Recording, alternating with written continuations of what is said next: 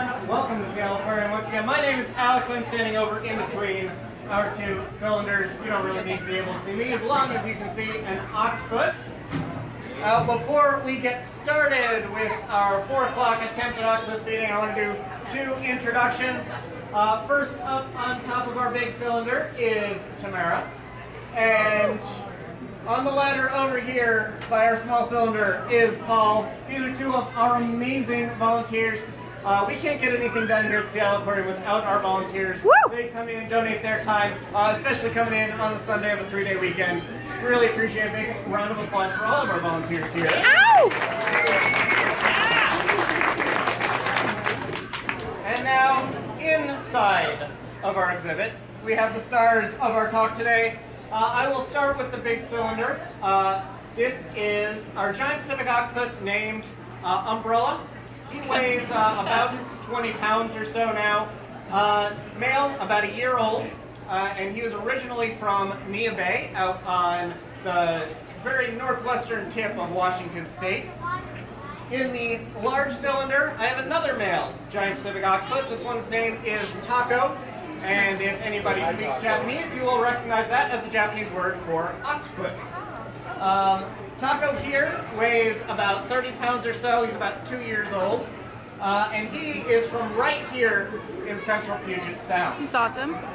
Now, octopuses are, or giant Pacific octopuses in particular, are very, very local to us here in Seattle. If our floor was transparent, you look down beneath your feet, you might see some octopus swimming underneath you. We do find them right here beneath our pier on the Seattle waterfront. Now, giant Pacific octopuses are the largest octopus species that we know of. Now, I say that we know of, and I think it's important to keep in mind, we've only actually explored 5% of our oceans. So there's 95% of the oceans that no human has ever been to. And it is possible that there is something bigger in that 95% of the ocean. That being said, these octopus do get quite large. The record sort of size that was verified was 160 pounds, that's 75 kilos. That animal was 25 feet, armpit to armpit, that's about 8 meters. That's huge. Pretty big animal. They usually don't get quite that big though. The largest we tend to see around here on a fairly frequent basis is about 100 pounds or about 45 kilos. And even that is a little bit unusual. Typically the maximum size is going to be somewhere between 40 and 60 pounds. Now, these are also the longest lived octopus species in the world. They can live as long as 5 years. 3 to 4 years is a little bit more typical. And again, that's the longest that we know of, and it is very possible that there is an octopus species out there that we haven't determined lives longer. Now, in order to grow to 100 pounds in just 3 or 4 short years, these animals have to be very, very good at finding food. They are very well adapted for finding food. And we're going to go over a little bit of how they're able to do that so well. So we're going to have a bit of a pop quiz. You can just shout out all of these answers. Don't worry about raising your hand. And we'll start out simple. How many eyes does an octopus have? 2. 2 eyes. Yeah. They have 1 eye on each side of their mantle. And the mantle is that big baggy thing that you think of as the head. That's not really the head. It's also not really the torso, it's a combination of both. Because octopus are put together a little bit different than us. If we were an octopus, our heads would be where our belly buttons are, and our arms and our legs would be coming out of our lips. Oh. So that leads to the scientific group name that octopus are in, which is cephalopod, which means head-footed. Arms coming straight out of their head. It also means that their mouth and their brain is in front of their gills and their hearts and the reproductive system. So they're put together just a little bit different than us. Now that being said, who here knows how many gills an octopus has? Shout it out. Do you have a guess? Gills? 2 gills. They have a gill on each side of their body. And you might be able to see those gill openings opening and closing. That's what they're doing, they're breathing. They inhale through those gill openings and they exhale through a siphon. That siphon is a muscular tube they have next to their mouth, and that has a few uses. First, they can just breathe through it like we would breathe. Second, they can use it for jet propulsion, and they can actually continuously squirt water out of it and use that to swim along. It's a pretty cool way of moving. You might see it if either of these guys decides to become active. And it's also where their ink comes out of. So when they decide to ink something, that comes out of the siphon as well. Now, who here knows how many hearts an octopus has? 3 hearts. I noticed Smart all kids. the kids knew the answer. Yeah. For the rest of you, go watch a Disney movie that came out last year. Yep. Now, why do they have 3 hearts? Well, their hearts don't pump blood exactly like ours do. They have 1 heart next to each one of their gills, and that pumps blood over the gills and into the central heart. That central heart is responsible for pumping the blood all the way out to the tips of the arms and back. Now, the reason they need those 3 hearts to pump the blood is that their blood doesn't carry oxygen quite as well as ours does. And that is because it is a copper-based blood. It's green, a little bit like a Vulcan. Sorry. You're good. Our blood is red. It is got hemoglobin. We're actually really efficient at moving oxygen to our muscles. Octopuses a little bit less so, so having those 3 hearts really helps them pump that blood efficiently. And for the world record octopus, 25 feet arms, that means that blood is doing round trip of over 50 feet. Wow.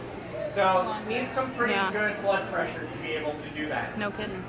Now, I've mentioned those arms. How many arms does an octopus have?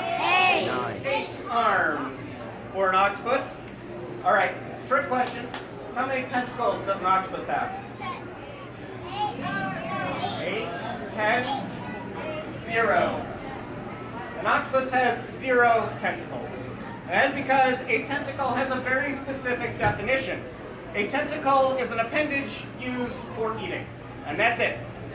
So an octopus doesn't have tentacles, it has arms, because those arms are not just used for eating, they're used for moving, they're used for tasting, they are used for reproducing, and so they are multi-use limbs and are therefore arms.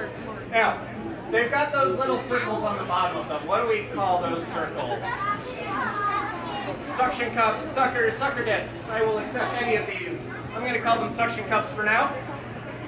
Suction cups are really, really cool organs and probably the most important thing that an octopus has for finding food. Now, obviously, suction cups will stick to the glass. You'll see that with both Umbrella and Taco using those suction cups stuck to the glass. And they can stick to things in the wild, whether it is rocks or prey items, whatever they need. Those suction cups can also be used like fingers.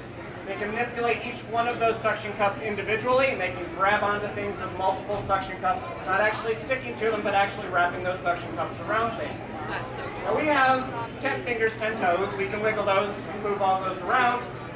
Transpacific octopuses have 200 suction cups per arm. Oh my. And they're able to control all of those 1,600 suction cups as much as they want. Those suction cups can do one more really, really cool thing.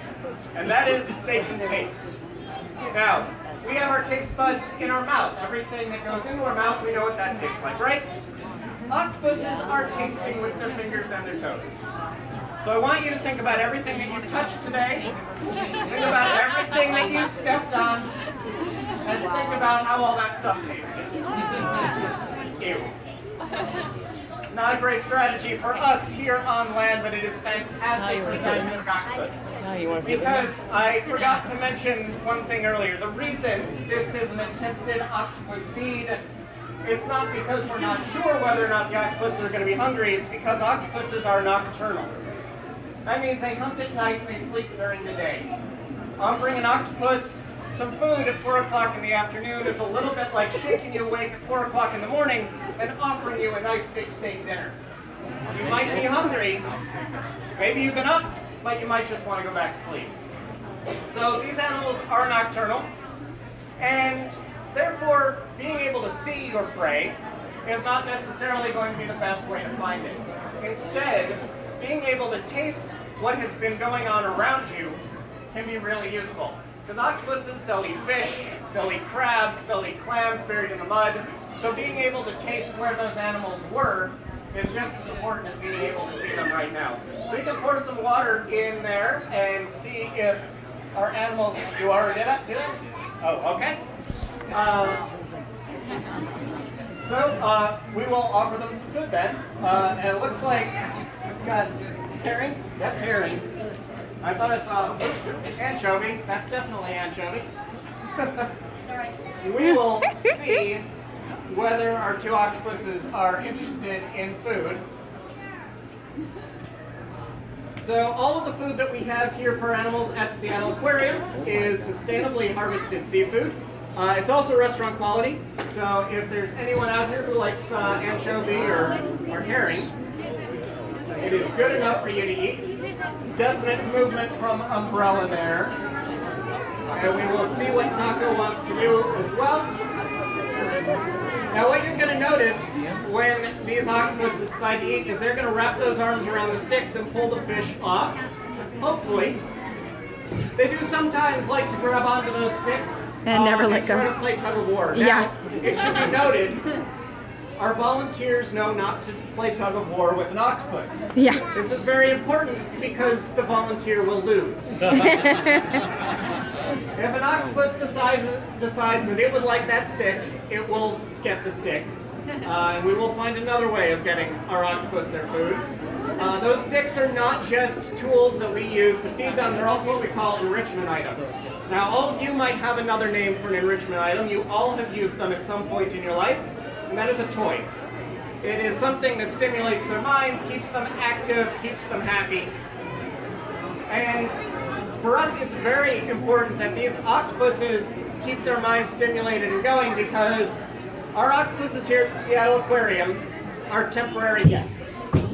They come here for a short time, they get a whole bunch of free food, some protection from predators, and then they go back to the wild. So, like I said, Umbrella here is from Nia Bay, Taco is from right here in Puget Sound, and generally after about 6 months to a year, we do return our animals from wherever it is we got them for our octopus. The reason we do that is that octopuses are terminal breeders. So they're a little bit like salmon, that the very last thing they do in life is they find a mate, reproduce. The reason that's the very last thing they do in life is when it is time for them to mate, they also stop eating. So they will starve to death within about 4 to 6 months after the time for them to mate. Now for a male octopus, when they stop eating, that's a good signal for us to return them to the wild so that they can go find a mate. And they'll try and find a female who's interested, the right age and size, mate with her, and then they'll pretty much just go off and die. Now for a female octopus, after they find that mate, they've also stopped eating, they're going to find themselves a den. And they are going to hang somewhere between 20,000 and 100,000 eggs from that den. I've got some in my hand here. They look a lot like grains of rice. They're about the same size. And the female octopus will stay with those eggs for the next 4 to 6 months, blowing water over them, protecting them from predators, giving them the best chance of survival. She probably will not live to see those eggs hatch, however. That is okay. Those octopus, when they hatch, are fully formed and ready to go and hunt. And they'll start off as plankton, microscopic, eating little microscopic things in the water, and eventually they'll settle down on the bottom eating bigger and bigger food until after only about a year, they'll be the size of Umbrella here.